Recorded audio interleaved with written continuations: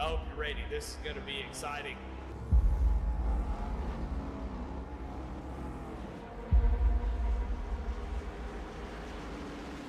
And they got a car restarts up to go. Green flag is out and we're underway.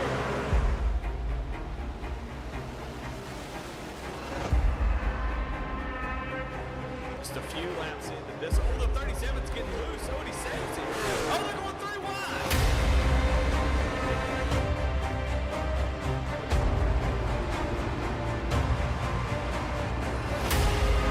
We've got a 5-way fight for the win of this race coming to 4 laps to go.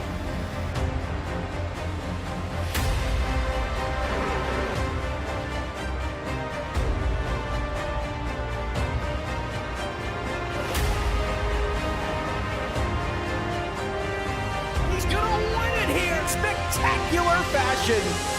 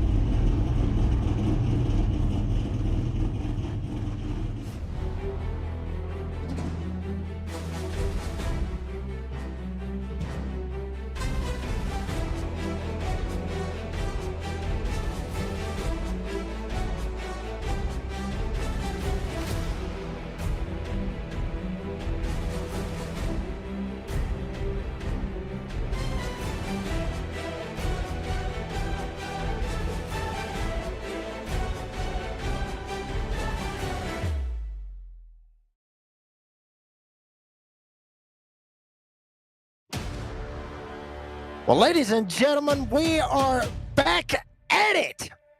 Race 3 of the Lincoln Tech IndyCar Series with Goat Locker. There you see it, baby. This is going to be a good one. All kinds of turns, going left, going right, very narrow. You're going to see it all live here tonight on V-Speed. Good evening, folks. I am the redneck announcer, Jake Reeves. Got my buddy with me right here, Eddie Smith on production, and going to be doing the co-commentary with us here tonight. And obviously, our camera is here provided by the great Dougie Beard. Well, Eddie, buddy, this is going to be a good one. Usually we see you out here in these Lincoln Tech Indy cars, but for the most part now, you're going to be up here producing, co-commentating with me.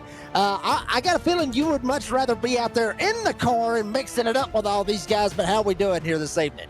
Well, we're doing good, and it looks like the fountain may have overflowed a little bit. The B-roll that you're looking at right there is not an indication of how things are going to look tonight. So the reason why I'm glad I'm not out there is, well, Jake, it's because this right here.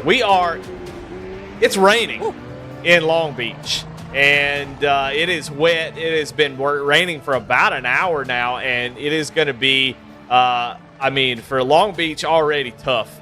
It's a street course. It's got a lot of tough 90-degree turns. These Indy cars do not like to drive around here. It's a legendary track, but it is a tough track to race on. Then you put water on it, put those wet tires, and now all of a sudden it's a completely different animal. So I'm glad I'm in the booth with you tonight, Jake. Yeah, I see that. Actually, rain in hell. Looks like it's a monsoon. Literally, you can see the trees moving. Moving. We got wind going on. We got the whole 9 yards. It is literally coming a monsoon right here at Long Beach. And there you see all the way right here in California. Beautiful scenery, I guess you could say, out there in Long Beach all the way around. You see the raindrops falling. And obviously, our racing come out with an update, obviously, today, matter of fact. And if anybody's out there wondering about how much that update was, you might want to free up your computer, because it's a lot. But, they updated the graphics, I'm sure, got the UI and all that stuff going, and baby, it looks absolutely beautiful, even with the rain and the wind and the monsoon and the hurricane and all that good stuff flopping around all over the place. But this place is going to be a monster here tonight as we are in week 3 of the Lincoln Tech IndyCar Series. And you see right there, Long Beach Street Course. Anybody that watched us do the summer series with me and Daniel Cunningham and Lucas Lyons, when we called it, literally, it is narrow. It is all kinds of get out. You got Hell Corner down there that I was talking about in the summer series, and then you got the little hairpin or the little spoon turn, however you want to look at it. I had all kinds of weird names for this back in the summer series, but what's one part of this track that everybody really needs to be keeping their eye on here tonight? Well, I think turn 1, lap 1 is the spot that we need to be worried about tonight. With this rain, all kinds of interesting things that can happen in this race, but I think the most important thing is getting out of turn 1 safe, and it's a 90-degree turn. You're going to take the green flag. You're going to take a little right-hander. You can see where that little red arrow right there is. You're going to go right into a 90-degree turn, and then immediately right after that, you got to go into the fountain. So I think if you got to qualify up front, obviously, and you've got to get through turn 1 clean. That's going to be turn 1, lap 1 is going to be the turn. Of course, the hairpin, the fountain is always going to have a sort of a challenge throughout the race. And if the rain continues, every corner is sort of a challenge. But yeah, turn 1, lap 1, you better get through there clean. If you don't, it's going to be a tough race for you. Yeah, and obviously you don't want to go in the fountain. You want to go around the fountain any way that you can. But at this point, like you was talking about a while ago, I mean, it's been raining for the past hour here at Virtual Long Beach, so they probably ain't going to have to worry about going around the fountain. They'll probably end up in the fountain anyway because, like you said, it's probably overflowing. It's going to be what you call a puddle, huge puddle over there for these guys having to work around it. You see season 1 schedule. Sebring, where we started it off. Texas was last week. Got Long Beach tonight. You got Barber Motorsports, Indy Grand Prix, staying with Indy right here at the end of September with the Indy Oval, then Detroit, all the way down into December, where we're going to be at Laguna Seca. That's going to be a pretty good one right there. Actually, and then right after that, season finale will be at Michigan. I mean, how the hell can I miss it? It's that big right over there on the right side. Completely missed it. But what's one track that you're looking at out of the rest of this season, Eddie, that we could really expect all kinds of chaos to really ensue, or much less, what's one that I think everybody may have their eye on? I think the Indy Oval obviously is going to be the track that everybody wants to win at. So if you got one that you want to win, you got to circle that one, and it's a good equalizer. It's a fuel saving race, but you got a special car. The downforce is different. It's a great track. I think got to circle that one, but I think all the tracks on here are very, very good. We got the couple street courses. You got Detroit coming up. That'll be a lot of fun. Mid Ohio, obviously a very important race for IndyCar. But you got Portland, Laguna Seca. All the road courses are very solid. Then you've got the gateways, the Milwaukees, the Iowas in there to really kind of throw the wrench in the whole championship. So I think Indy is going to be one that we're going to have kind of circled as I want to win this one. But so far it's been amazing. Rick Ravon got the win last week on an amazing race. Jake, me and you, neither one of us were there, but I went back and watched it today and went through the middle 3 wide at the end on the final lap to get that win. So he's coming off the high of getting that win last week and already starting it off pretty good there, Jake. He's sitting right now on the top of the leaderboard as we are under qualifying for another 3 minutes. We'll take a look at that real quick as I kind of move ahead of you. As you can see the rain out on the track, Ravon got about a 1.1 second lead right now over Ken Huber, who's making an appearance here in the IndyCar series. So, tonight's going to be fun. We talked about the schedule, the tracks that we're excited about, but tonight it's all about Long Beach. It's all about the rain.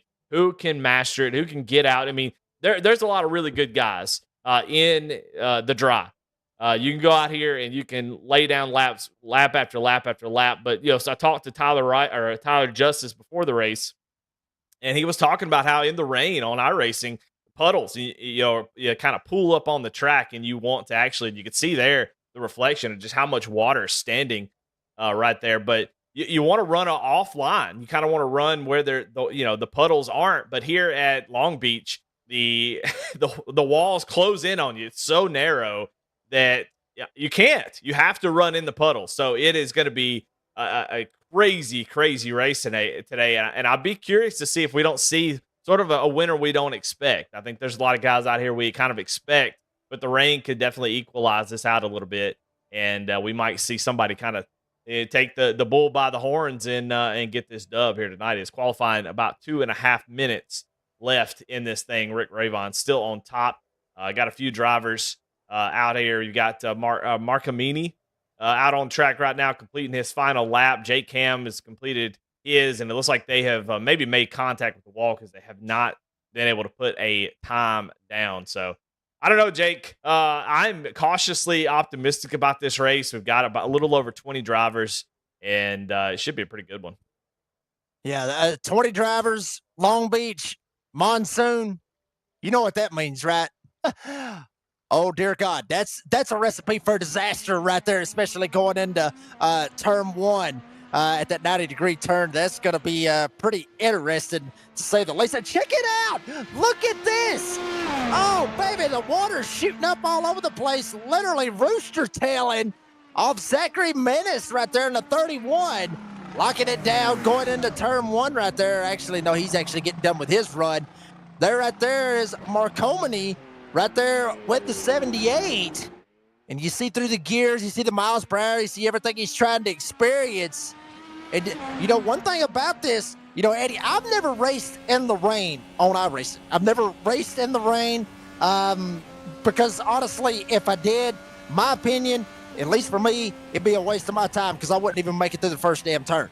But obviously, there's got to be a lot of throttle management with these guys here tonight. You can't just man it coming off the corner like you would usually see. As there you see going through the water fountain, all the water all over the place. That's going to be interesting to see these guys go through. But obviously, there's got to be a lot of throttle management that these guys are going to have to deal with here tonight, because if you step on the gas a little bit too much, you can spin out very easy.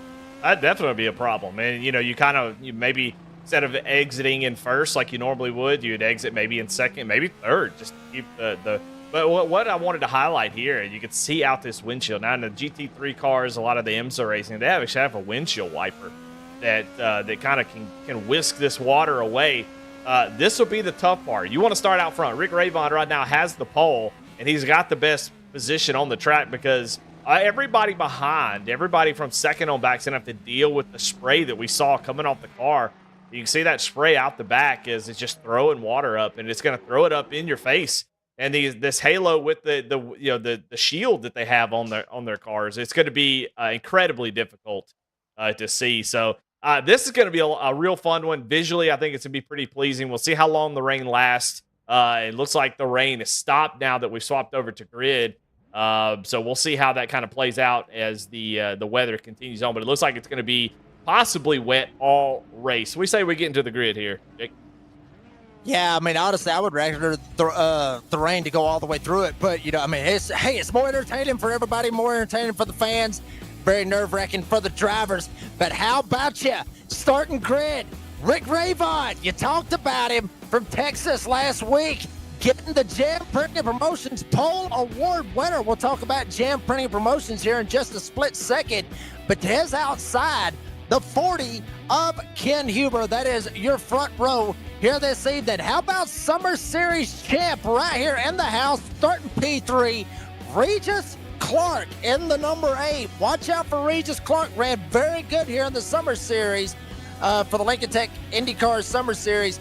He ran very good here at Long Beach. He'll roll off P3 here tonight with Nathan Graham rolling off in P4 with the Georgia Bulldog colors on the P4 machine. Mike Brown in number 4 starting P5. There's Zachary Menace be rolling off from P6 outside of row number 3 here this evening. Row number 4, the man, the myth, the legend, Patrick Drabick in the house with Tyler Justice. Honestly, folks, he wanted this. Tyler Justice wanted this Lincoln Tech IndyCar Series to come back. It came back. He gets his wish. He's rolling off from P8 here tonight with Jamie Lemke rolling off from P9. And how about him from Wisconsin? Jake Ellenson rolling off from P10. Yeah, in 11th, there's going to be Christopher Tate with Brian Provo in the 12th position. In 13th, Matthias Ezekiel Marcomini going to start in that 13th position with Devin Smith in 14th.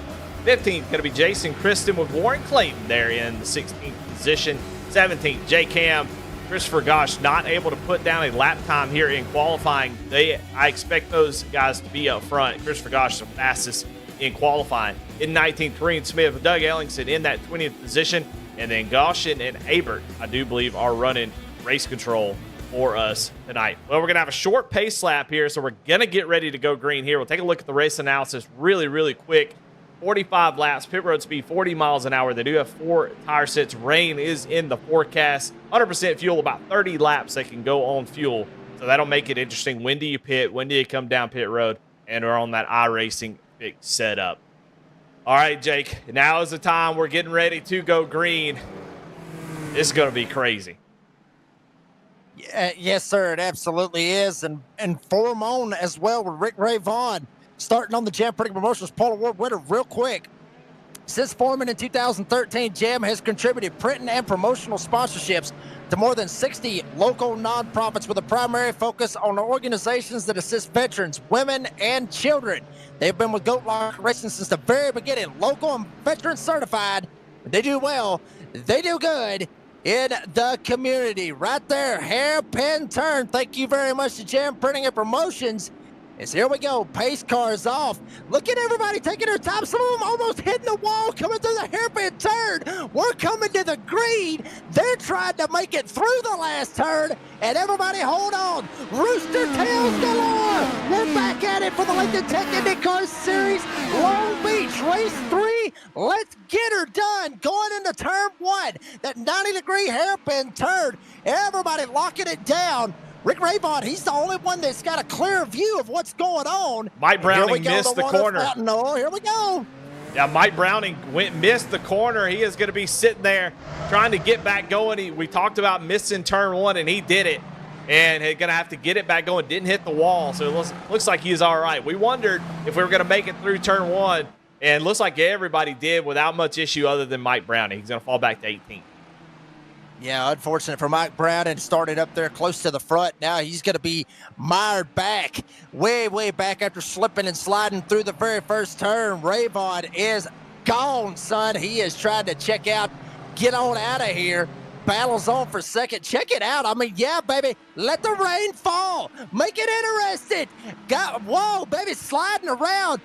These guys right here, honestly, Eddie, I don't know for certain if they're actually trying to make the pass, try to dive it down in there, or if they're just trying to get out of the other guy's wake and get out from behind him. That way they can actually see where they're going and see the turn that they're coming up on. Yeah, it's really, you can see Menace here all over Regis Clark being very, very aggressive. I mean, their tires still not up to temp, and to take a little bit longer, but you just want that visibility. You got to have that. As we got more problems, it's like Warren Clayton slow as they're coming through that turn, but you see Zachary Menace gets around Regis Clark, and you talked about it. Ray Vaughn really got a crazy start there. As you can see him getting a little sideways. He's trying to get the power down. He was almost out to a 2.5-second lead there on that first lap, but Nathan Graham has started to close in a little bit.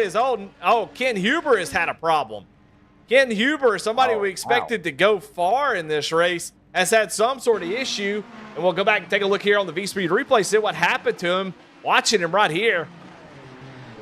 And, oh, man, just completely misses the corner. Yeah, just exits out immediately. So maybe some potential race winners already out of this thing, not able to get it done. Here, it's still got a great battle. Nathan Graham has had some sort of issue, and he has fallen back to third, Jake. Wow. What? Oh, man, this is getting interesting right here. That first turn's really causing a whole lot of issues. You see Nathan Graham try to slide right here. What happens? You saw the wheel kick all the way to the right. Even when he's shifting, get back into the throttle. Misses the corner. He goes completely off of the damn course, whips it around, tries to get it back straight. Tries to get it going. Got to be careful. Merging with other people coming through. Oh, baby. Oh, boy. I'm loving this right here. This is good stuff. We're going to stay on him. We're on a replay right now, but he has even more trouble as he's going to slide through the corner again, have another issue. So Nathan Graham, who was running down Rick Ray Vaughn, is now, he's in big trouble as he missed yet another corner, and it looks like he's coming down pit road to make a stop. You see that rear wing gone on that machine. So We wondered if we were going to have chaos, and we have absolutely have chaos so far, except for one person, who is Rick Ravon, who is now 9 seconds ahead of second place here on lap number 3. Yeah, they need to check his car, honestly, for tech after the 45 laps is over with. I mean, he is absolutely putting a whooping on them so far here tonight at Long Beach. He is gone. Like literally, whoever's running second, Zachary Menace, he ain't even got to worry about the rooster tail in front of him because he's got to figure out where the hell the rooster tail is. He is gone. Rick Ravon going through the hairpin turn, coming around. He may end up getting himself in a bad situation right here because he's going to start to catch some rooster tails. But he's got to be patient right here, Eddie. He's got to be patient. Oh! Wet track. And he got loose, and he knocked his front wing off. I don't know. Baby. Yeah, I don't know if that was a visual bug or what, but his front wing came off. It looks like he's okay, but you were just talking about him maybe making a mistake, and he sure did. He clapped that wall, and it looks like the damage kind of fixed itself, but he definitely, we saw the wing fly off, so you were exactly right. There is nobody safe, and you can see, you're 100% right. You can see those rooster tails up there. He is already catching the end of the field. It is going to get wild here in a moment, but it's just crazy watching these guys deal with this. Rick Ravon, he is 2 seconds faster than anybody in the top 5, and you can see it's not easy for him. And as he comes up on this lap traffic, it's just going to get more difficult, and he's going to be dodging folks that are obviously struggling. Looks like that's Jake Ham right in front of him. Look at Jake Ham, he's spinning right in front of the leader. Oh, baby, I'm telling you what, honestly, Eddie, all of this, everybody's slipping and sliding around. It looks like a slick track up in Pigeon Forge, Tennessee, up there at the go-kart tracks, baby, when you put a whole lot of baby powder out there. That's exactly what these guys are having to experience here at Long Beach. Every corner, it's like you said, it's like we were both talking about. Nobody's safe. Rick Ravon ain't safe. Zachary Menace ain't safe. Hell, Tyler Justice, none of them. Regis Clark, none of them are safe. They've got to be consistent. Be careful with what you're doing. Get out from behind everybody with the rooster tails. Don't lock up the brakes. Don't slide. Oh, baby, sliding.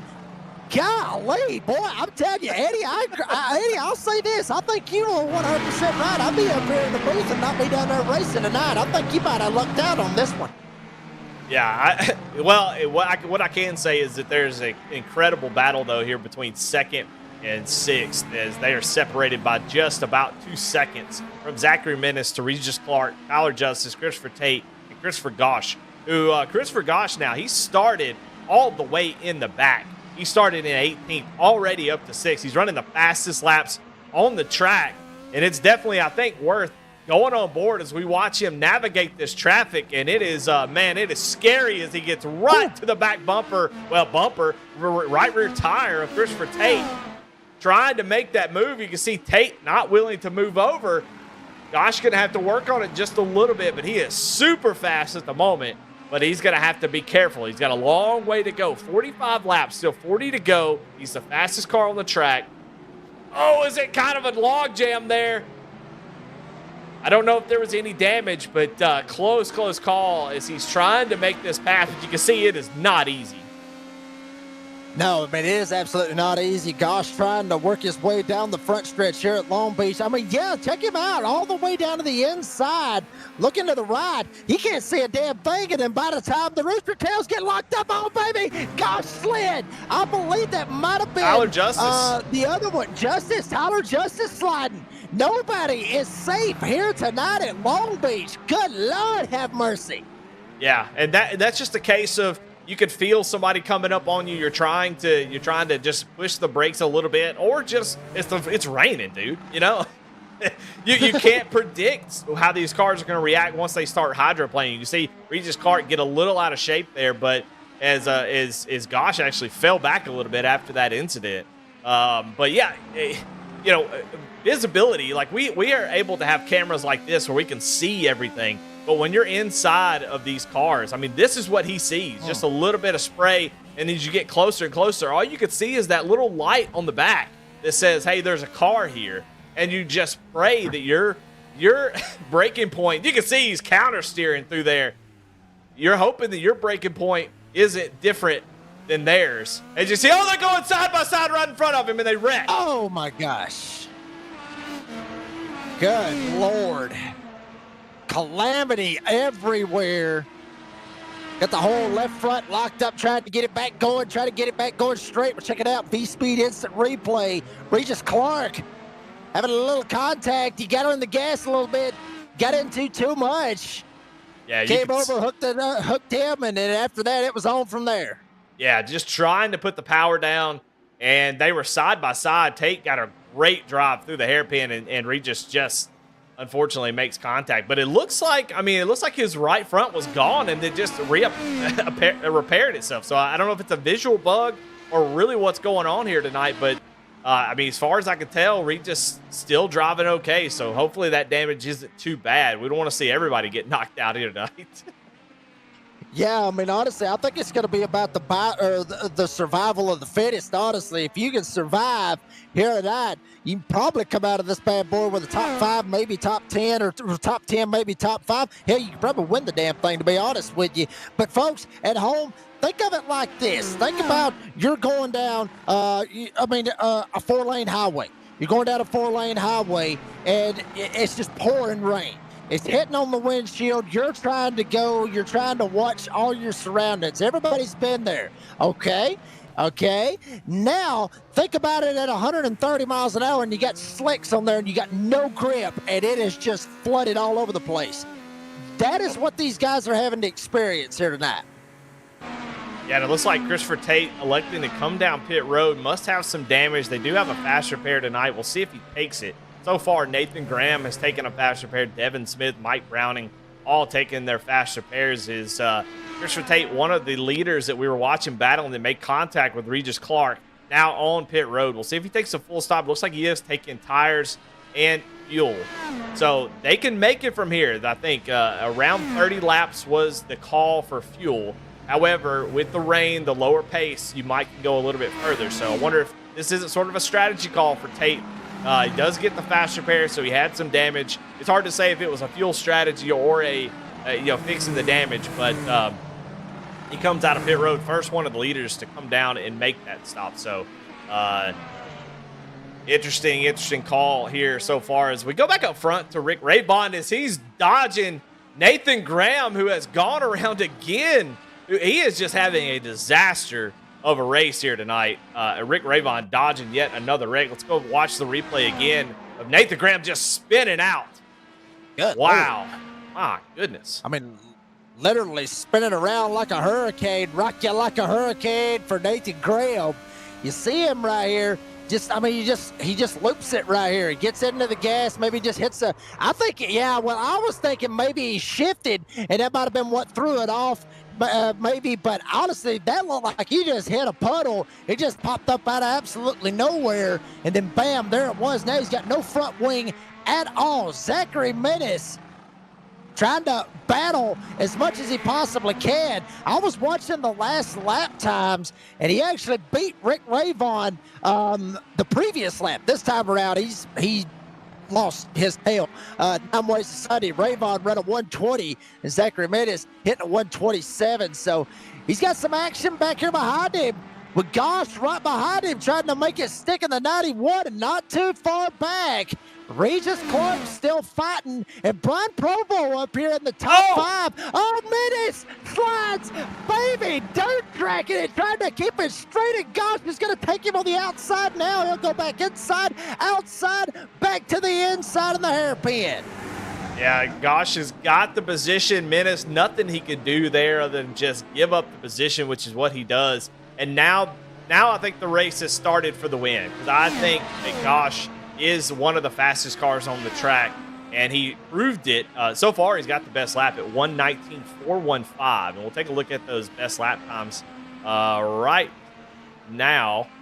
And you can see there on your ticker, Raybon able to lay down a 120 flat, and Gosh able to run a 1:19.4. However, they're not constantly able to run those laps, so we'll see if Raybon can continue to be consistent enough. He's got a 23-second lead, which is pretty wild here on lap 10. But Gosh has shown he's got plenty of speed. Now he's got some clean air, clean track, and we'll see what he can put down to try to run down this leader. He's still got 35 laps to get it done. And oh, by the way, a pit stop. And so a lot can happen from here and there. And Regis Clark has a meatball flag. You can see that right. Yeah, he cannot make this turn as the downforce just gone out of that machine. But look at that, Jake. The right front wing all gone. He's got a meatball. That means he has to come in and get that damage repaired. So leaders all having trouble here. Yeah, I mean, literally everybody. I mean, we saw Rick Ravon get up into the wall. We saw Gosh and Menace get into it a little bit. Regis Clark right there. How about Patrick Drabick starting to kind of be very sneaky right there. 07 sitting in the P5 spot. Patrick Drabick starting to and you got to do this, right? You got to do like what Patrick Drabick's doing. A lot of people look at this race like, screw it. We're going to send it right here. I got a good feeling about this race, the track conditions, all that good stuff. Just send it, make it stick. Others, maybe like Patrick Drabick, and others, maybe like Jake Ellison, some of these other guys, let these other guys screw up. Let them hit the water puddles. Let them flip their car. Let them get a meatball flag. I'm going to drive by them, and I'm going to capitalize on their mistakes. And it looks like Patrick Drabick is doing that as well. As you see the virtual cam with the real cam, and you saw how he was fighting that wheel going through there. Got to keep it straight. Don't want to be too twitchy here in these Indy cars, especially with it wet out here. Yeah, got an update on Matthias Marcomini. He had some sort of issue. You can see same thing that happened to Nathan Graham, just hits a puddle. Goodness. Yeah, and the car just goes around. So meatball now for Matthias. He had made up 7 spots since the drop of the green flag, and now he's going to have to go down pit road like Regis Clark, get that fixed. And you can see he is just not able, as Jacob Ellingson goes around, not able to get that car going. Sorry to interrupt you, but I wanted to kind of let that go as we go back to Patrick Drabick, who has run down Brian Provo. Their teammates, you can expect a little bit of maybe give and take here, but you can see those puddles on the ground. And you just got to be careful when you hit them. As Provo actually moves over and just lets the 07 go. As you can see, Provo here, he's missing a left front wing. So I tell you what, if you're a wing salesman, you got it made. The Buffalo Wild Wings is going to make a ton of money here tonight. Well, honestly, I think Provo probably looked at his rearview mirror. I mean, granted, they are teammates. But he looks back there. He sees Patrick Drabick, who owns Goat Locker, and he's probably like, screw this. I'll get out of your way. Go ahead. I mean, respecting, the owner here with Goat Locker. Yeah, I mean, I'd get out of the way too. I wouldn't want to mess with him, not one way or bit. But Ravon still hold down the lead. Huge lead, matter of fact. Huge lead. Over 22 seconds, Rick Ravon has over Gosh, Zachary Menace, Patrick Drabick, Brian Provo, Tyler Justice, Dick Ellingson. Couple of these heavy hitters, and check this out. Do I see 8 cars on the lead lap? We ain't even halfway through this damn thing, and we only got 8 cars on the lead lap. Yeah, I mean, from what we've seen so far, it shouldn't surprise you. I will say that Rick Ravon just set the fastest lap of his race, a 1:19.5. So he's finding that little bit of extra that Gosh didn't want him to find. Christopher's probably like, oh gosh, I'm not going to catch him. And Ravon just gets that pole. We talked about what was important. Starting out front, getting through turn 1 clean, and getting away. And Ravon, honestly, it hasn't been clean. He's obviously struggling. You could see how the car is sliding around. He just has done a better job than anybody else of just keeping it on the track. He's doing a phenomenal job. But you can see every time he goes to a corner, he's dealing with that rain, the slides that come out of just getting a little bit too much throttle, sliding the front end.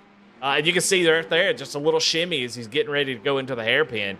But so far, a fantastic job. And he does a little drift on the exit of the corner, just making everybody else look bad, Jake. Yeah, I mean, he really is. I mean, and just opening up that lead over Christopher Gosh, sitting back in the second spot. Christopher Gosh, think about this. Started 18th like you were talking about a while ago, Eddie. Started 18th. He's up to second. He's coming around the hairpinner right now. I mean, rain still coming down, puddles. I mean, you see it all over the place.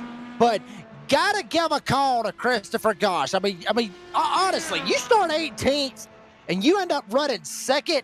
That's pretty damn good, especially with the track conditions and everything that we've experienced here tonight. Got to give a call to that 91.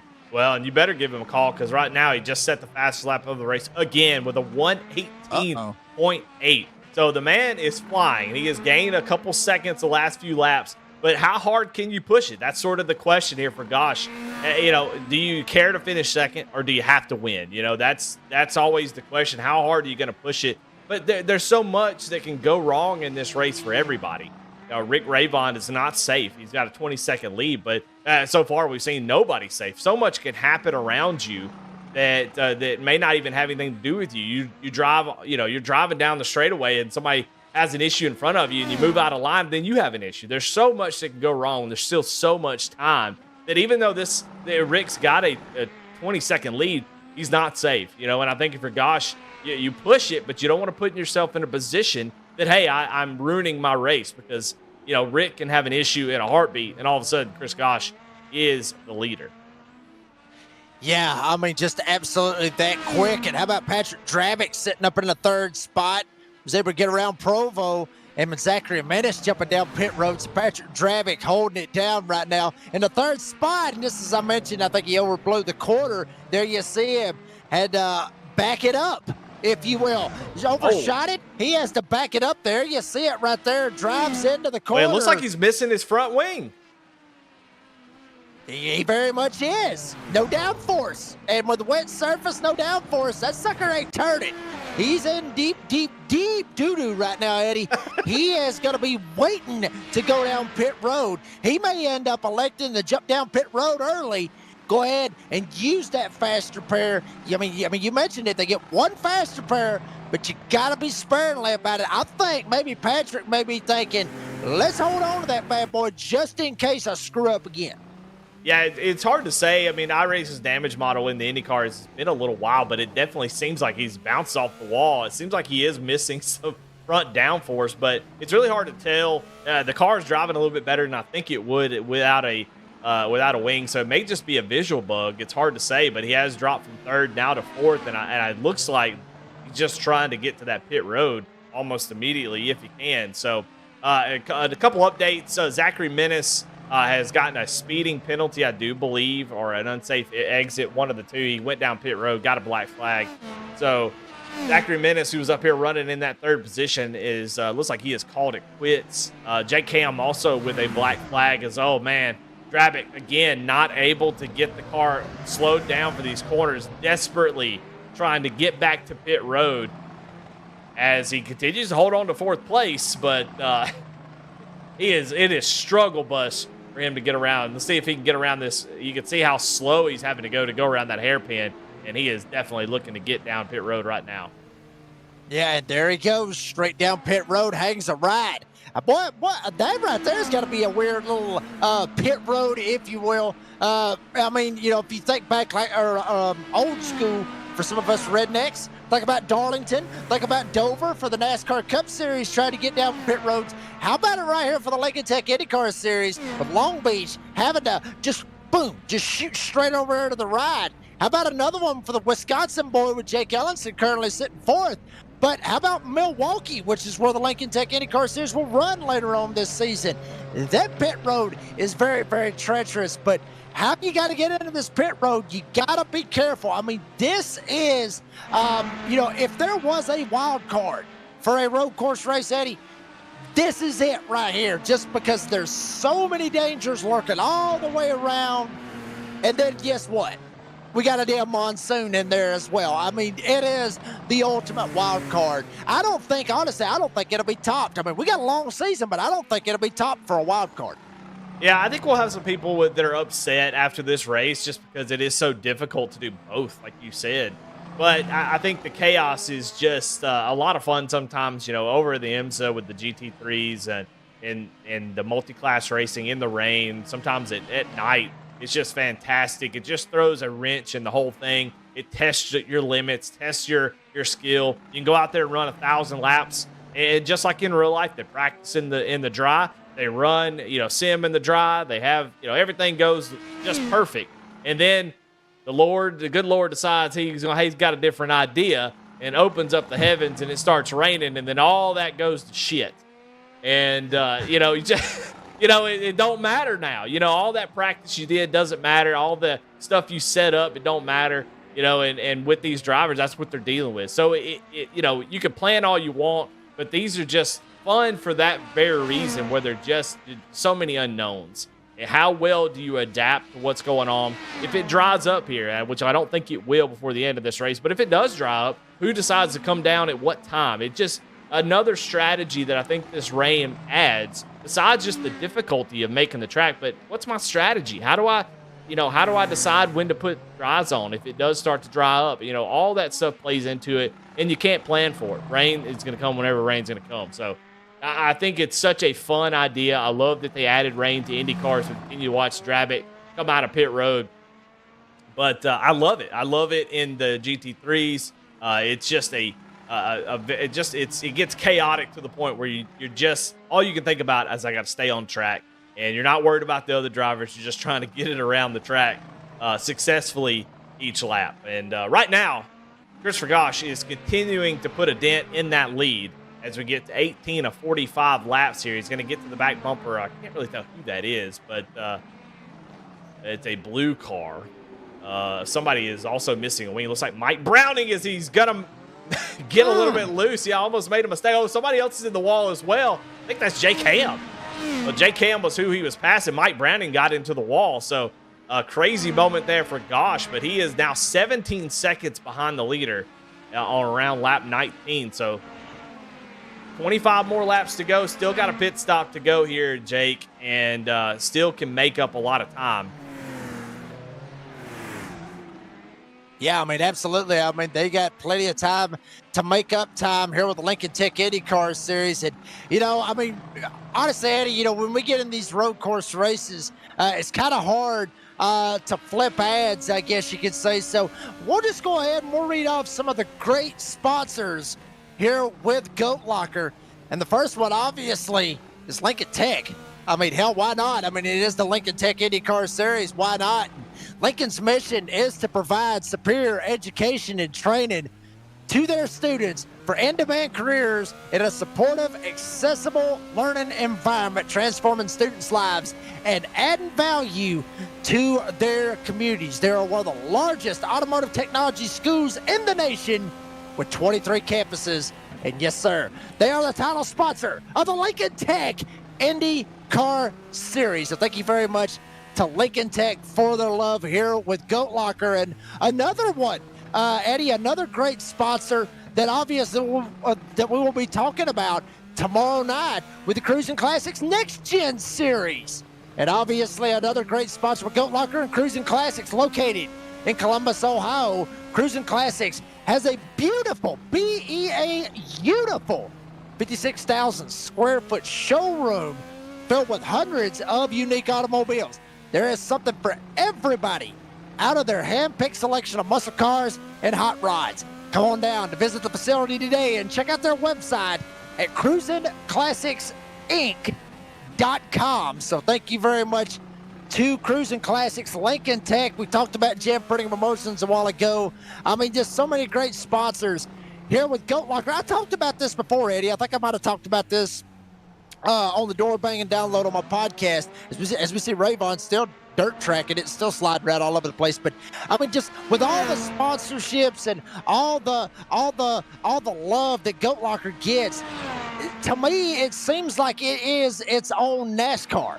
Honestly, because there's so much going on. I mean, NASCAR's got its sponsorships. Goat Locker's got its sponsorships. You got the fan base, for both sides. I mean, literally, it is damn near as close as you can to NASCAR is what Goat Locker is. And Patrick Dravick and Jamie Barkas, they, I'm sure they're thrilled, but they really need to pat themselves on the back. Not right now, because Patrick's driving, but they do need to pat themselves on the back. And we give them an attaboy because I'm telling you, they have got something very special right here.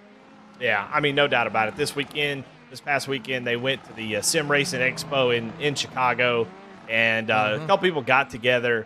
A lot of fun, be able to rub, elbows with people in the sim racing community. And I tell you, Goat Locker's just carved itself as such an interesting space. If you're not aware what Goat Locker is all about, yeah, it's a racing league.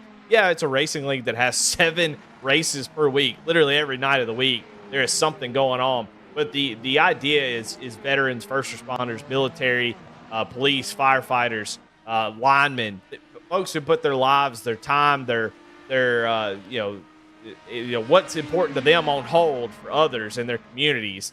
That's what Goat Locker is all about, and be able to go out there, show their mission. And of course, the sim rigs that are given out are, to veterans, deserving veterans out of Indiana. One in Ohio is, somebody's getting loose there right in front of Rayvon, able to hang on to it. I don't know who that was. I don't know if it was Jake Cam or somebody in a pink car. Oh, it's Jason Kristen. Gets loose. Yep. Yeah, loses it in the fountain. But so the idea is that Goat Locker with their partners, they put together a complete rig for a deserving veteran out of Indiana through grants and sponsorship, provided by folks who donate. But the majority of it comes from the partners and sponsors that you were talking about. Indiana Department of Veteran Affairs, they have graciously given a grant to Goat Locker to continue their mission of providing diversion therapy and community for veterans who deserve it. And they've done 11 of them so far. Just incredible work that they have done, and it just continues on. It gets bigger and bigger and bigger. There's a lot of things coming down the pipeline, so many partnerships, and people, when you have something like what Goat Locker has, people want to be a part of it, Jake, and we've seen that. We've got an ARCA series that runs on Monday nights, Jake, that has 2 separate series of 35 plus drivers that run at the exact same time. So on the Xfinity series on Sunday, Max is out. People are qualifying to get into the race. Here in the IndyCar series, 20 drivers showing up to race IndyCars in the rain. Wednesday night, they have the Premier Next Gen series. Friday night, you got the Premier Truck series. On Thursday night, you've got the late model. And then, by the way, GT3s on Saturday. Just incredible stuff. 5 to 6 years in the making, and being able to rub shoulders with some of the best in the industry this past weekend. Just incredible. So I can't say enough about what Goat Locker does. They are making a difference. And you're right. I think Pat, Jamie don't get enough credit, but they don't want credit. I can tell you that. They will be the first to deflect off of somebody else, to their partners, other people who put in work. Goat Locker has a board. They're a 501(c)(3) nonprofit. And so a lot of people put in a lot of work. But I'll tell you, without those two and their vision and what they wanted out of this, they wanted it to become, it would have never be what it is right now. So big tip of the cap to them. They will hate to hear that, Jake. But, Goat Locker is just amazing. It's so cool to see where we've come. And to have a decently full field for IndyCar in the rain at Long Beach is just amazing. So just awesome stuff that's going on here as we get to about 20 laps to go in this race.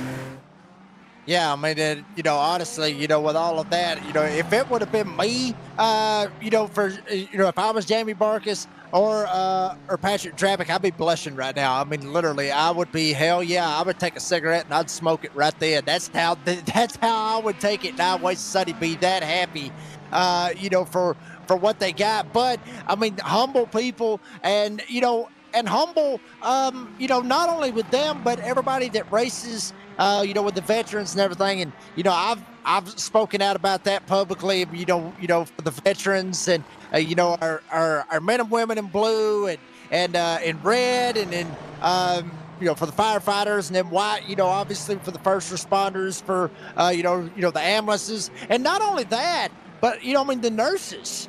The nurses, that do what they got to do at the hospital, CNAs. My wife is a CNA, certified nursing assistant. All the first responders. It is a big deal, and it's awesome to see a league like this right here put the first responders first, and that's what it is. And I'm telling you, you can't get much better than that right there. If you got a problem with the first responders, you need to go jump off a cliff, seriously, because that's messed up if you ain't got support for the first responders. Because I honestly, they've got more guts than I ever would have for what they do for the communities and everything else. So big shout out to everybody for the accomplishments. And another guy that's got some serious accomplishments as we get back to a little bit of racing here with Rick Rayvon, about a 13-second gap. Eddie, at one point, that sucker was like 22, 23, maybe even 24 seconds. Christopher Gosh has already knocked off about 10 seconds. 25-45 down. Do you think Gosh can catch him? I mean, say nobody wrecks. Say Rayvon didn't screw up and Gosh just keeps doing what he's doing. Can Gosh catch him, or is he going to run out of time? I think it's probably a stretch to say he can catch him, because Rick Rayvon is running very similar lap times. They're going to catch traffic at different times. Like right now, Gosh going around, I believe that's Corinne Smith in the number 10 machine. You're going to catch drivers at different times. Right now, I don't think it's going to be possible. It's going to be close. He's shaving it off every, last time by, he was a 10th faster, so that's not going to be enough. But he has been able to take chunks. Christopher Gosh is definitely one of the most consistent drivers on the track in that Liquid Death 91 Dallara. But as he goes through the fountain here, he's got a lot of work to do, and he really just needs to hope that Rick Rayvon has some issue. And this is the difference of two drivers I think would probably be nose to tail if they had started that way. But Gosh not able to put down a lap time, likely do an off track. On iRacing, if you make contact, an off track, or anything like that, it'll invalidate your lap time. And so you have to be careful. And with the way the conditions were, he had to start all the way back in the 18th position and drive up through all the chaos, so which has been amazing. It's unbelievable what he's been able to accomplish without causing an incident. And these top four, Rayvon, Gosh, Provo, and Ellingson, have yet to come down pit road. So they still have a pit stop to make. And so many things can go wrong. So, yeah, the long way around, I don't know. I could have just said yes or no, but I don't think he's going to catch him.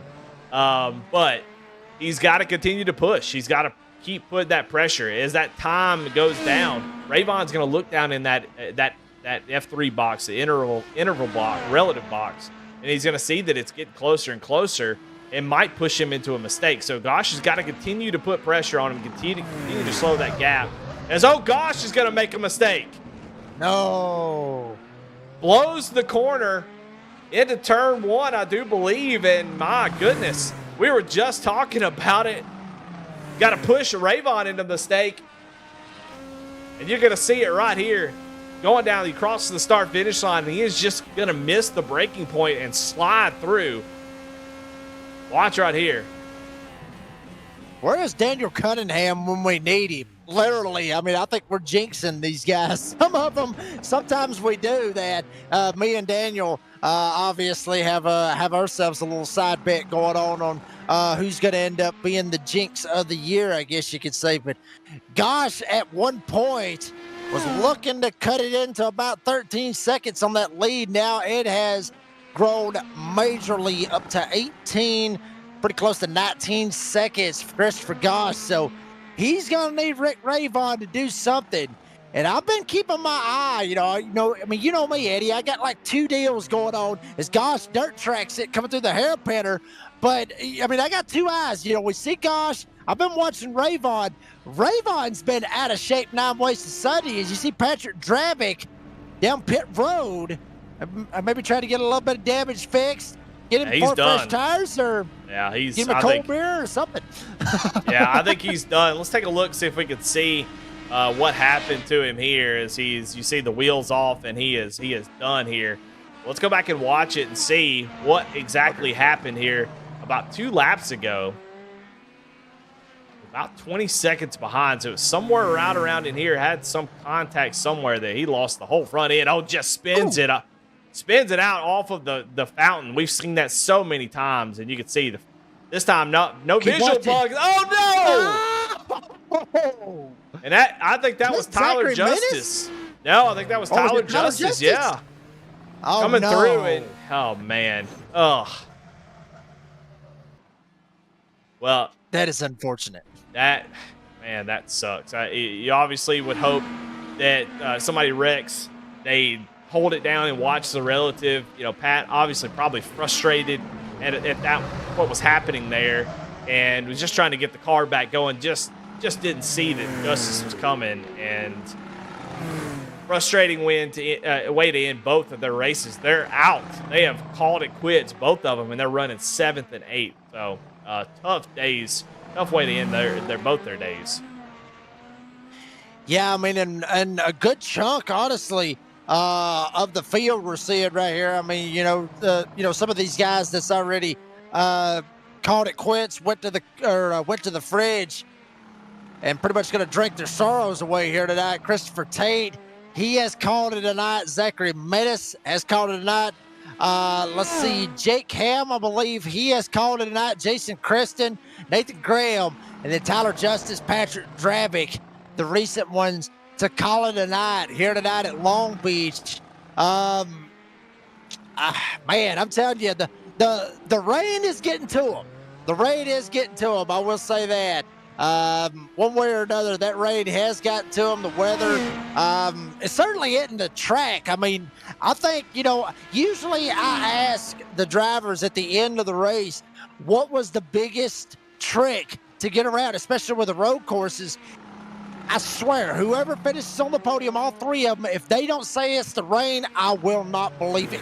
If they say that it was a corner, I'll call BS. It's got to be the rain that's the big ultimate wild factor. I mean, I've talked about it before, when we go to like the Talladega, Daytona, New Atlanta, Echo Park, or whatever the hell it's called now. But the great equalizer out of that is obviously the draft. Well, here tonight, the great equalizer is the rain, unless you're Rick Ravon. But for everybody else, the rain is the great equalizer here tonight, and everybody's having to deal with it. Yeah, I'm not sure if it's the equalizer or just a large foot that just stomped on the whole field. I'm not sure if it's equal at all. I think equally everybody's having a terrible time unless you're Rick Ravon.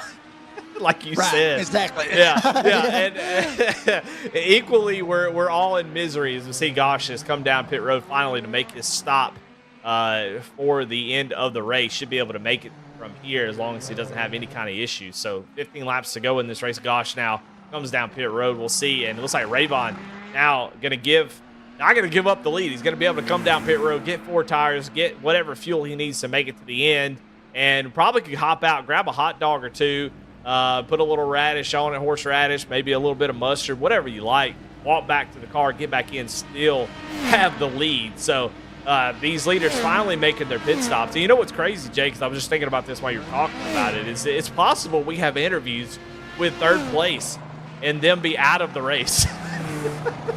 We could that have is a very good possibility. Yeah, yes. we could first ever interview where we talk to somebody who's out of it. Yeah, we have to run them down. Hey, believe it or not, you got third. Where are you at? Well, I'm in there watching TV in the living room. Hey, boot your computer back up, pull your phone out. We got to get an interview. You finished third, believe it or not. But, I mean, literally, you called it right there. Rick Ravon jumped straight out, still with the lead over Christopher Gosh. Like you said, had enough time to go get him a hot dog, get him a hamburger, a cold beer, take a leak, get back in the car. He's ready to rock and roll with freshies and sends it back out there. The rain has not lifted. Like, literally, it is still coming a monsoon. The wind's still kind of blowing a little bit. I mean, check it out. I mean, wheelman style. Yeah, let's go back and watch SVG this. couldn't pull this off right here. SVG I bet he could. I bet he could. This is about as SVG as it gets. Watch this right here. Watch that steering wheel, that Cosworth steering wheel right there. Watch this. SVG would probably be proud then, I guess. Yeah, I was going to say, that ain't easy right there. I don't care who you are. He is really hanging on to it. So you think this is easy for him? He's got it made. No, he does not. It is a struggle for even these really, really good guys. Gosh came out of pit road 17 seconds, so the gap really hasn't changed much. It's obviously got a little bit bigger whenever he had his issue blue turn 1.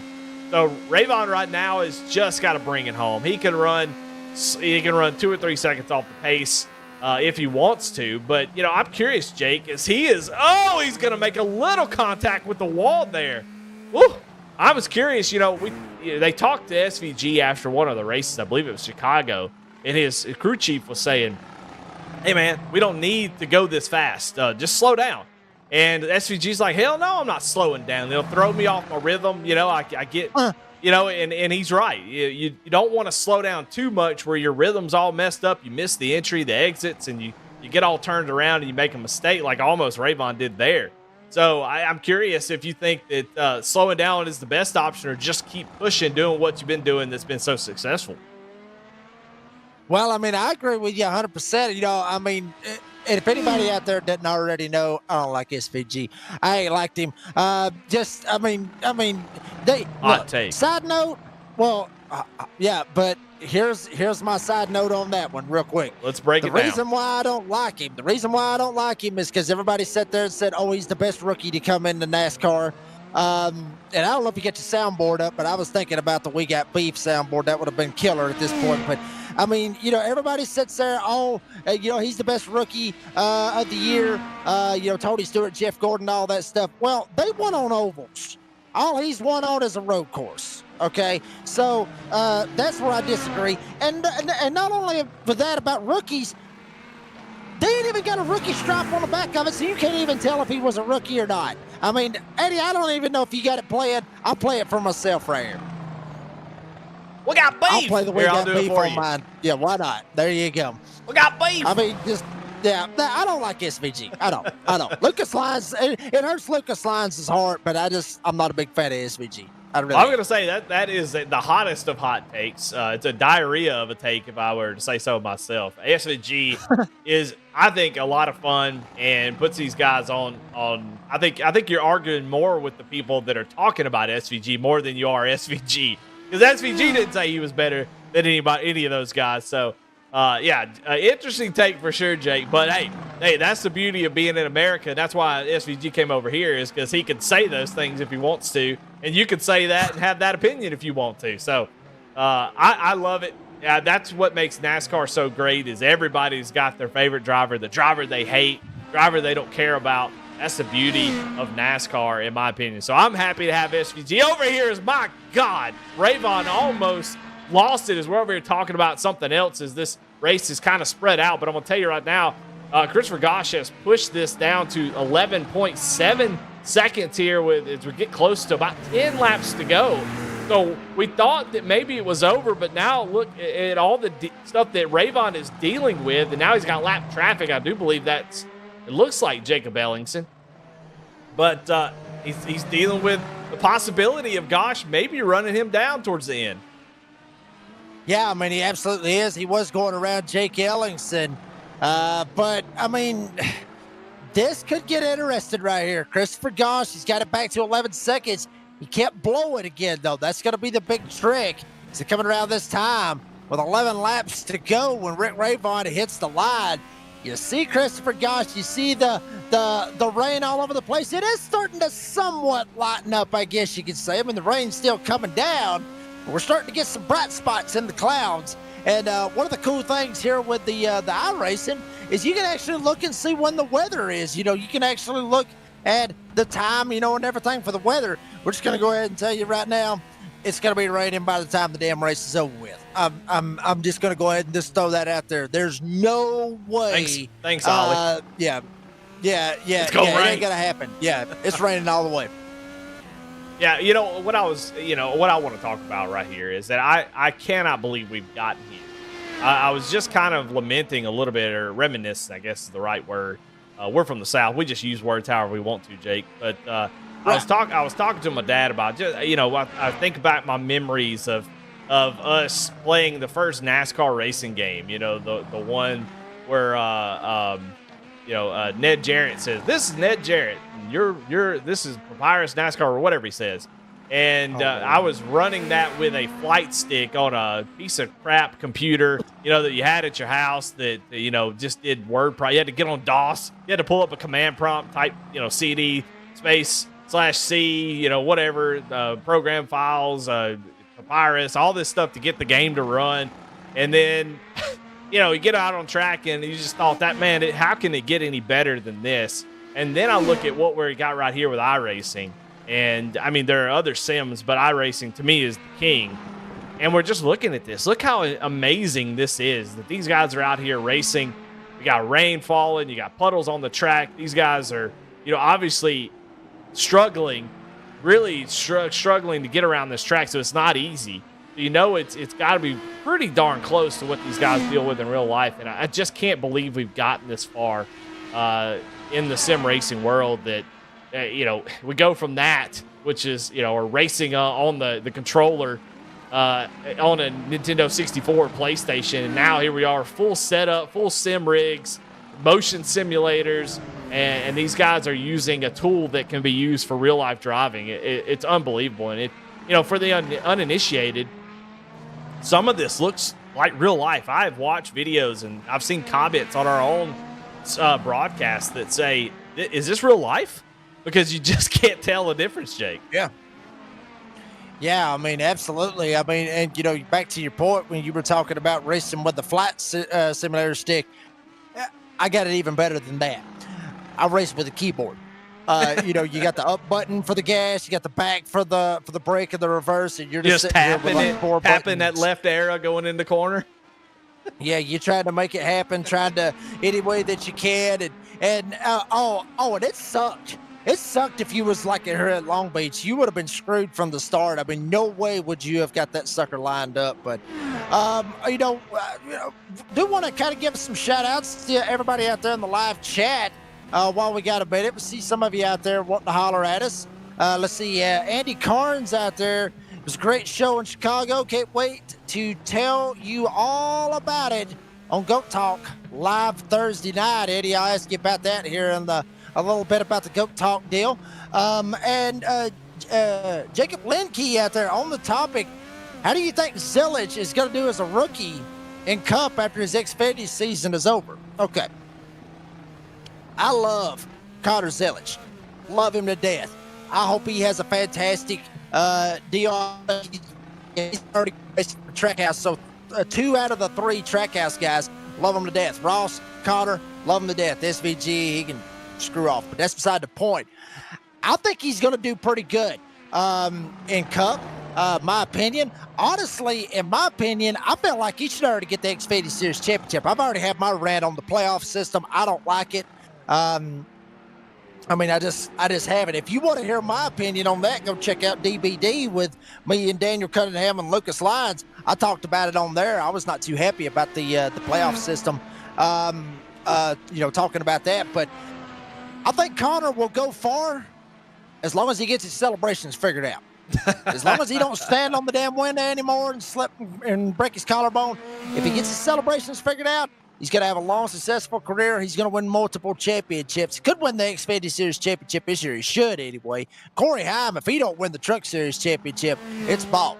But to answer Jacob's question, I think Zillage is going to have a fantastic rookie season next season. Maybe not like SVG. Well, screw that. I mean, he may do it, but I think he's going to have a successful rookie season next season, and also a successful Cup career. But back to what Andy was talking about, Eddie. Everybody out there, watching tonight, obviously they know about Goat Talk, but for the viewers at home that don't know about Goat Talk, what's this podcast little show right here with Goat Talk Live?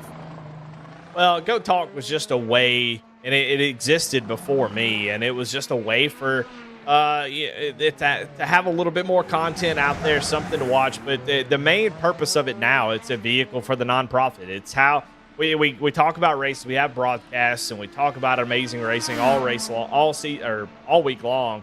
But a lot of times the stuff from the nonprofit kind of, as it goes into the announcement channel or has a few blurbs here and there. We talk about it as, somebody is backing out as they missed the corner right in front of Rayvon, but it looks like Matthias Marcanamini was the driver, and he's running in 3rd place. That tells you about how good Rayvon is. But it's just a way for us to talk about what's going on in the nonprofit, like the Sim Racing Expo that they had this past weekend. We're going to get to talk all about it, hear all about it, see some content, videos, pictures, and that just allows the members of Goat Locker and anybody else out there. Of course, it's on ATYL Media. Taylor Kitchen over there is doing an incredible job, put together just a fantastic crew of media folks, podcasters. She's doing incredible work. So for us to be a part of that just puts the Goat Locker name out there into a different audience. But it's just about the nonprofit. It's what's going on out there, what's going on that Goat Locker's doing outside of racing, just a virtual racing league. So it's a good time. We have a lot of laughs. We make fun of each other. We make fun of people getting mad with the soapbox, and it's just a great time. Good fellowship, as I like to call it. Yeah, I mean, obviously, the soapbox. I remember I was on there one night, as a guest on there with y'all, and the soapbox kind of blew me away. I was like, I was expecting, okay, this is gonna be kind of cool, everything's gonna be calm, and then just everything just kind of went all over the damn place. I mean, everybody was, we started this and that, and everybody back and forth. I was like, damn. But anyway, how about this? Gosh has got it down to 9 seconds. Well, he's honestly going to need Rayvon to slip up just a little bit more, catch some lap traffic one way or another. Gosh is just going to have to take second. But if you think about this, Eddie, Gosh started 18th. I talked about that earlier. Fantastic drive for him. A win would certainly be what Gosh is trying to get here tonight. But if you start 18th, you get that line in qualifying, whether he qualified or not, or he got busted, off the track, in qualifying. Regardless of that fact, starting 18th, having to duck and dodge all the chaos and slipping and sliding, would second be a win for Christopher Gosh, or do you feel like he would be let down? I mean, because honestly, I would count this as a win if he comes home second here tonight. I mean, everybody's different. The competitor in me says that if I started way back into the pack like he did, knowing how fast I was, I'd be disappointed second. Knowing that I'm 9 seconds away, if I just qualified better, I might have a chance to win this thing. I think you're definitely going to be disappointed. I think, how the race went, you're happy to have survived. But let's not play around. It's not over yet. Gosh has gotten this down to 8.2 seconds. He's still putting in the work. Rayvon's trying to take it easy just a little bit, but there's still so much that can go wrong. But yeah, I think Gosh, I don't know what kind of a competitor is. He's pretty new to me. But if it was me, I think I would be disappointed knowing that had I qualified better, I would have a shot at the win here, because he is definitely just as good, maybe a little bit better than Rayvon has been. Rayvon has just did the right thing, qualified on the pole, and he's had nothing but clean air for the most part. So, yeah, it's hard to say. He might be happy with second, knowing how treacherous it is, but man, you know what? I'd be happy with third, but for some reason, man, second is always just the worst. It's just not fun to finish second. Shit, I'd take off work tomorrow. I'd get lit here tonight if I got second after all this. I'd take it 9 ways Sunday. You wouldn't hear me complain not one bit. I would be like, yeah, you win the race. Go ahead. If I got second and finished on the lead lap, he's the only driver on the lead lap. Other than the rest of them are 2 laps down. They're 2 laps down. Everybody else literally. I mean, Marcomani is sitting third. He's 2 laps down. Jake Ellingson's 2 laps down. Everybody else is laps down to Rick Rayvon. Gosh is the only one that is, on the lead lap. I mean, he's the only one that's really got a shot right here. But do you feel like maybe, like you was talking about, where Rick Rayvon kind of lifted a little bit, kind of trying to take it easy right here? Do you think it's in the back of his mind just a little bit, knowing that, well, Gosh is still on the lead lap? He's still got a shot. Do you feel like maybe he's sitting there going, damn, I wish he was at least a lap down. Maybe I would, feel a lot more comfortable. And, at least from what I'm seeing, because am I seeing this right? Is that 6 seconds? It is. Gosh is starting to really mad. Rayvon may be trying to take it a little bit too easy right here, Eddie. Well, the great philosopher Vin Diesel, he said one time, whether you win by an inch or a mile, winning's winning, right? And I think Rayvon understands that. When you have a lead, that lead is currency to be spent. And what I mean by that is he does not have to race as hard as Gosh is. Gosh is going as hard as he can. He's pushing the car to his limit, and he is under 6 seconds. However, there is only 3 laps to go. So he's got currency to burn here. If Rayvon crosses the start-finish line and he is a car length ahead, it's the same as if Gosh was 20 seconds behind. It doesn't matter. So Rayvon just has to be smart and smooth and use that advantage. Same thing that SVG's crew chief was telling him, like, look, you're way far out. You don't need to push this hard. you can give him some time. And so I think that's what Rayvon's doing. He's just taking it easy. His last lap was a 121. He hasn't run that slow in a while. He's sort of in his victory lap mode, just making sure that he brings it home. 5 seconds is still a long time. And gosh, definitely putting in the work, but I still think he's going to come up short. I think Rayvon's got a little extra in the tank. I think so too. I mean, I think that's exactly probably what he's just trying to take it easy. He better not take it too damn easy. Look at Gosh. Baby, Gosh, holding on to it, baby. He's he ain't taking it easy. I think, no, he ain't taking it easy. He may be in that mentality of, you know what, screw it, I'm going to get second here tonight anyway. Just go ahead and have a little bit of fun with it. But it could be that factor. Could be that what he's looking at right here is he's 5 seconds back. Maybe like a carrot dangling in front of him. He's got a shot to try to run him down. He can damn near see him, especially when you get on these long straightaways. He could probably still see Rick Rayvon with 2 to go, but he's got to be careful. Don't slip up. There he is, right in front of him. He saw the rooster tail, so he sees Rayvon. At least he's got a shot. At least he can see him. Yeah, you're like a dog chasing a ball. You know what I'm saying? You get tunnel vision.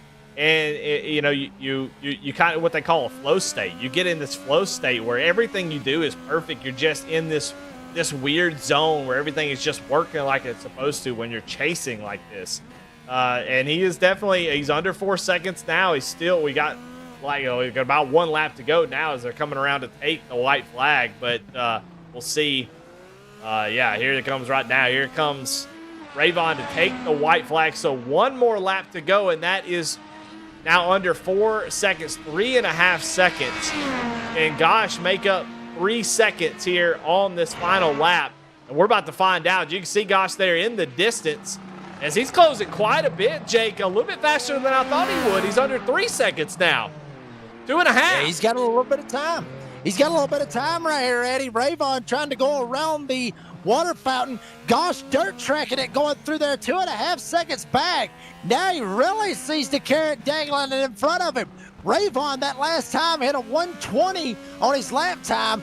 Gosh hit a 118. So very good possibility he could run him down. Gosh working his way, trying to run him down any way he can. Rayvon may catch some lap traffic hitting the back chute here at Long Beach. Couple of more corners to go. Gosh, wheeling it, absolutely wheeling it. Push to pass, he is burning every bit of it, son. Gosh works his way through the final corners. Rayvon's got to be very careful right here. Don't slip, don't bust your tail. And Rayvon coming through the hairpinner. Dirt tracks it just a tick. Rick Rayvon is gonna get it done unless he loops it on the first straightaway. We've seen it before. Doesn't happen. Rick Rayvon gets it done at Long Beach. But I'll tell you this much, Christopher Gosh burned every bit of that push to pass, son. He was coming. If he had another lap, we'd be talking to a whole different deal right here. But Rick Rayvon leading 45 laps, the whole damn race. He led all 45 of them. He gets it done here tonight. I mean, incredible final lap there. Final 5 laps for Gosh were dang near unbeatable. And his last lap was the fastest lap of the race. So you could just see how much he was pushing to try to get to that Rick Rayvon. You're right. Use that push to pass right at the end. Rayvon still had quite a bit of push to pass left. So Gosh really putting the pressure on it. But Rayvon drove a perfect race. Made it exciting there at the end, but man, just incredible driving by both these guys. There's a couple times I would have been spun out into the wall, and majority of the drivers did, and you can see them going side by side. What an incredible drive! But let's not forget third place. Jacob Ellingson was able to drive from 10th all the way up to 3rd. He's 2 laps down to Rick Rayvon and Christopher Gosh, but still an incredible drive for him. And Rayvon, going to be your winner here tonight. Jake, what do you say we take a little break? We've been talking for a while, and let's take a little commercial break. We'll come back to the results and talk to our winners. I agree 100%, Eddie. Everybody stick around. We'll be right back with your podium finishers and final thoughts at Long Beach. Rick Rayvon at the start-finish line. Gonna wiggle the wheels. Little wiggle, wiggle, wiggle, wiggle, wiggle. He gets it done. We're back here in a hot second. superior quality, ultimate protection, and the highest level of craftsmanship. We make our gloves for the hard worker that wakes up every morning and gives 110%. You deserve the highest quality protective gear that's going to work for you, day in, day out. We know it can be tough deciding what companies to trust for your hard-earned money. It's all in our name. We've mastered our craft to help you master yours. We make our gloves rugged, durable, and designed for you. Whatever the job is, we have you covered. We are your glove station.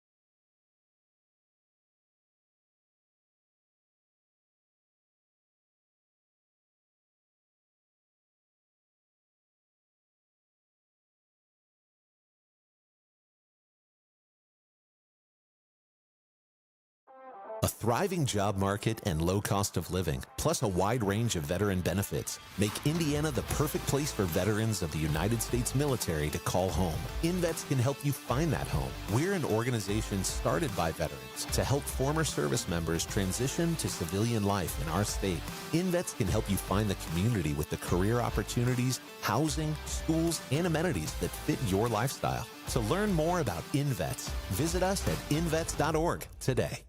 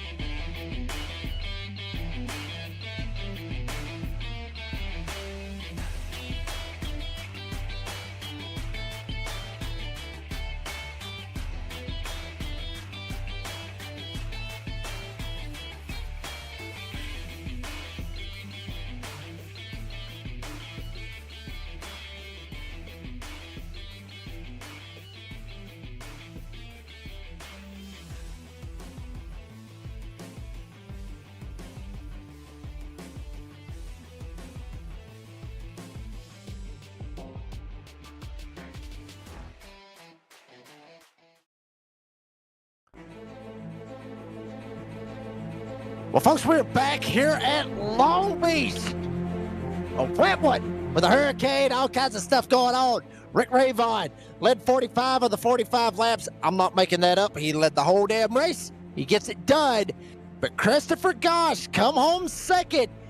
He made it a pretty good one right there at the end. If it had been 46 laps, Gosh might have had something for him and probably could have won it. He started 18th. Rick Ravon started from the pole, the only two drivers to finish on the lead lap here tonight. Jake Ellenson will finish in P3 with Brian Provo finishing in P4 and rounding out the top five.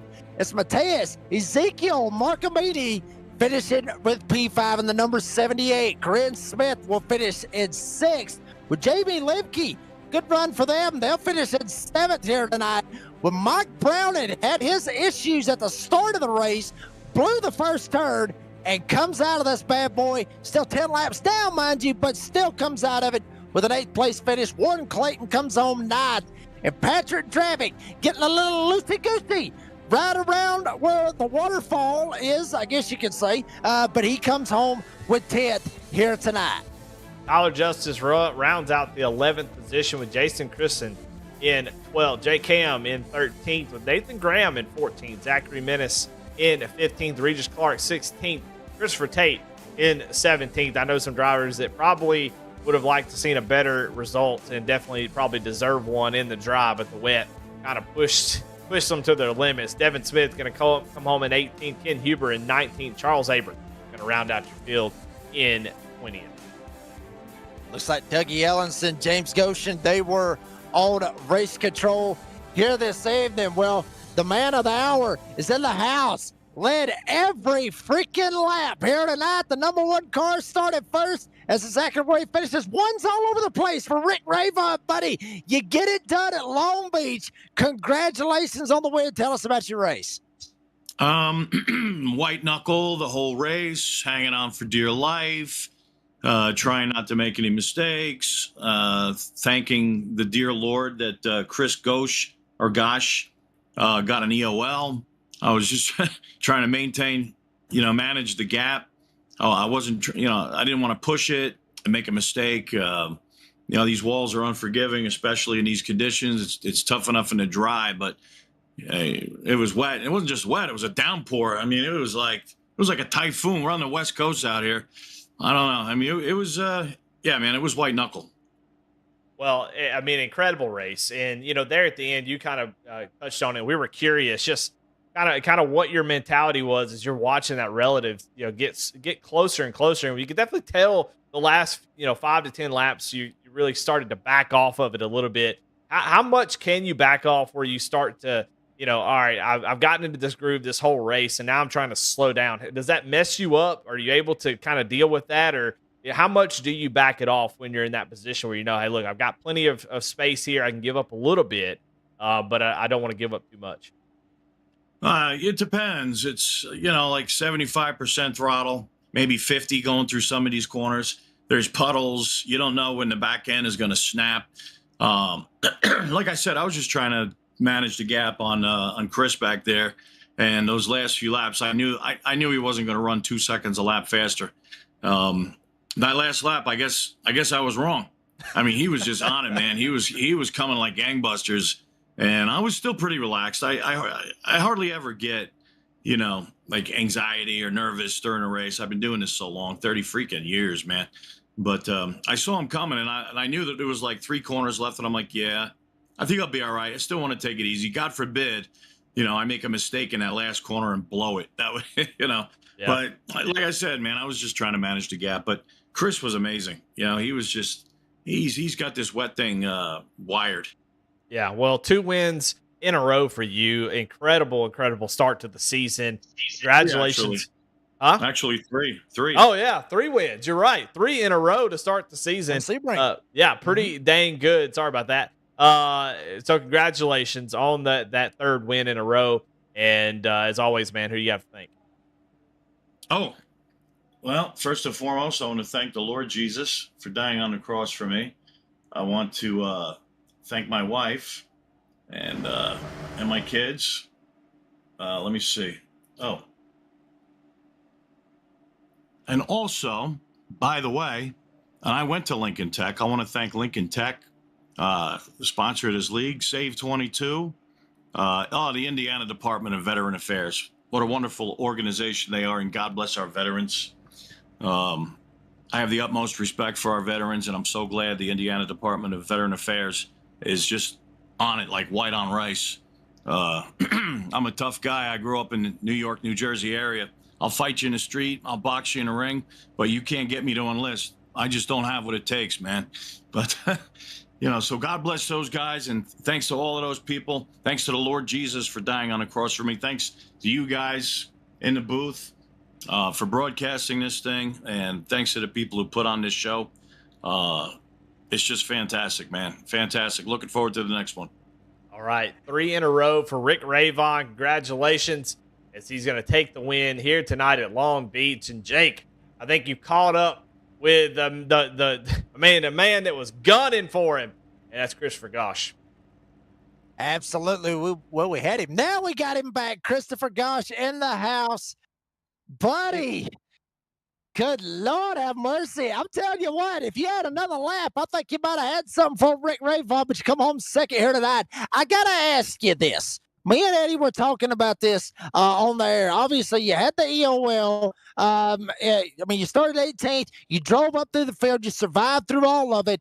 Second place, it ain't a win, and then you come about a second and a half away from it. But with the drive and being able to get to second, is it as good as a win? Or, well, second and a half, I'd say probably hell no. But in your opinion, is it as good as a win? I'll take whatever I can get. This is like my second race here. So, I'm just trying to I just kind of joined and see where I'd finish. I didn't really have too much of an expectation, but I just gave it my all there. Well, and you definitely did. And Rayvon said he was trying to just manage the gap, but I'm curious, just as you're getting down to about 4 laps to go, and you're really pushing it, and you're seeing that gap just slowly creep down and creep down. Do you let it kind of get in your head that you might catch him, or do you feel like he's messing with me? Like in your head, what are your thoughts? Do you let it creep in that hey, maybe I can actually get to this guy? Yeah, I was for sure. I was looking at the relative the whole time and just thinking, okay, maybe I can get him. And then I started to second guess a little bit, and then I saw him a couple times towards the end, and I kind of just turned on the Jets, and that kind of just gave me that little boost of motivation of maybe I can get this guy. Well, he Well, how almost about got it that? done. Yeah, it was unbelievable race. It was so much fun. I mean, you guys had the best race of the night. Getting down to the end, most people multiple laps down, but you guys get across the line 1.2 seconds in between you.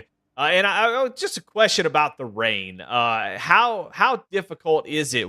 How do you adjust to racing in the rain versus the dry? I mean, obviously you gotta there's puddles on the track, and obviously it's wet, and so that's a big difference. But how do you change? How do you tell your brain, okay, I've got to do this.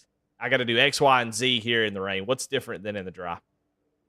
Yeah, it's really tough. It's what I do is I just figure out.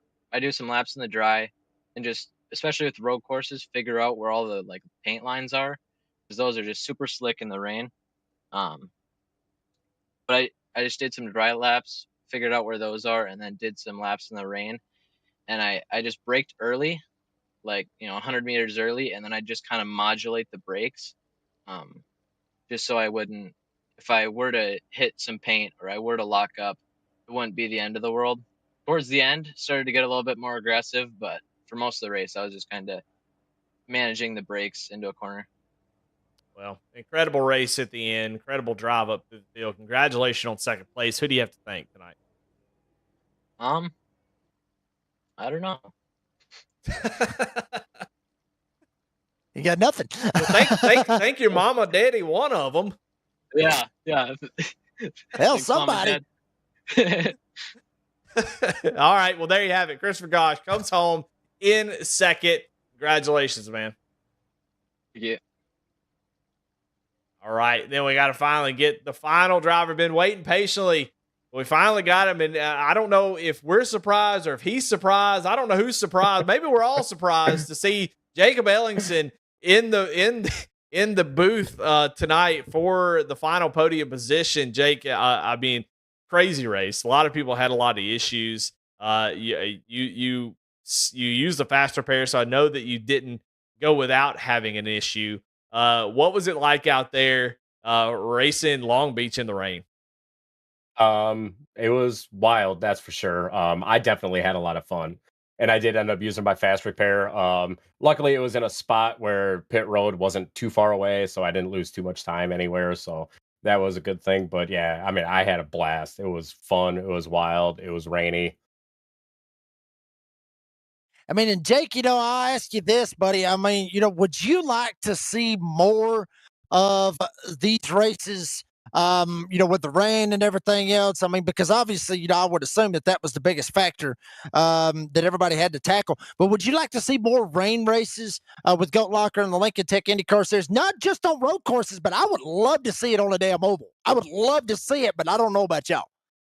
Unfortunately, iRacing won't let you put rain on an oval. Otherwise, I definitely would have done that already. We got beef then. But stay tuned. I'll say that. Stay tuned. Hmm. Oh boy. Well, how about that? Jake Yellen said, buddy, you come home third, couple laps down, but screw it. You get you a podium here tonight. And as always, who would you like to thank? Any sponsors, any shout outs? I definitely got to thank Lincoln Tech for putting their name on the side of the number 27 here. Great to get them on another podium. Whether I deserved it or not, I don't know, but it's great to finish up on the podium with their name on the car. Then I got to thank iRacing, MK Fire Design, SimMotion, Jam Printing and Promotions, Save 22, the Indiana Department of Veterans Affairs. And then last but not least, I definitely can't thank my beautiful wife, my wonderful daughters for allowing me to come out and have fun with you guys. It is always a blast, buddy. Jake Ellenson comes home third here tonight, buddy. Appreciate your time. We'll see you next week. Have a good one, guys. That was Jake Ellenson. Come home with a third here tonight. Looked like he kind of got a little bit ticked off when I said something about 2 laps down. Kind of threw his hands up in the air like, well, hell, I can't help it. Well, I mean, but hey, you get third, you 2 laps down. That is one of those times where I just be like, yeah, baby, we'll celebrate it. We'll take it all day long. No problem at all. But Eddie, buddy, what a race here tonight. I'm telling you, I mean, what a curveball. What a wild card, if you will. Your final thoughts here tonight, Long Beach. My final thoughts was, good gosh, I'm glad I was in the booth. That looked like it was a pain in the butt trying to deal with that and race. And we got to sit up here in the dry and enjoy a fantastic race. A lot of action, a lot of people hitting the wall, losing their wings, front and rear, and maybe a couple brain cells along with it, listening to us. But we got to sit in the booth and enjoy it and watch it. And then there at the end, had an incredible battle for the win. He doesn't get any better than that. That's the way we draw them out up here in Goat Locker. Absolutely. I mean, 2 rednecks calling an IndyCar race on a street course filled with water. You cannot beat it. That is what we do here with Goat Locker. And if that isn't already enough, next week's going to be a good one. Barber Motorsports Park, that'll be a good one. It'll be on the 16th, September 16th. It'll be live here on V-Speed, 8 p.m. Eastern Time, as well as, you know, obviously they get the practice going. We get it kicked up right there with the qualifying, but it's going to be a good one. Rick Ravon trying to go for 4 in a row. He may try to pull some Jimmy Johnson numbers before this thing's all said and done. We'll see what happens when he goes to Barber next week. But folks, that's going to do it for this broadcast. Obviously, want to thank all the great sponsors. Obviously, Cruising Classics, Jam Printing Promotions for the Jam Printing Promotions Polo Award winner, Save 22, Invents, Nasty's Restaurant and Bar, Glove Station, Above the Yellow Line Podcast, McConey Setup Shop, iRacing, and can't forget them, Lincoln Tech, title sponsor for the Lincoln Tech Indy Car Series, and all our great sponsors here with Goat Locker. Shout out to the drivers for putting on a show, and the fans for always coming out big old numbers. Patrick Drabick, Jamie Barkus, allowing us to be ourselves and entertain you, the fans, on a beautiful Tuesday night. For Eddie Smith, on production and color, on the Redneck Announcer, Jake Reeves said, as always, say, be safe, be kind, be fast. You watch the Lincoln Tech IndyCar Series here live on V-Speed. Rick Ravon, go for 4 in a row. Can he get it done at Barber? Find out next Tuesday night, live here on V-Speed, 8 p.m. Eastern Time.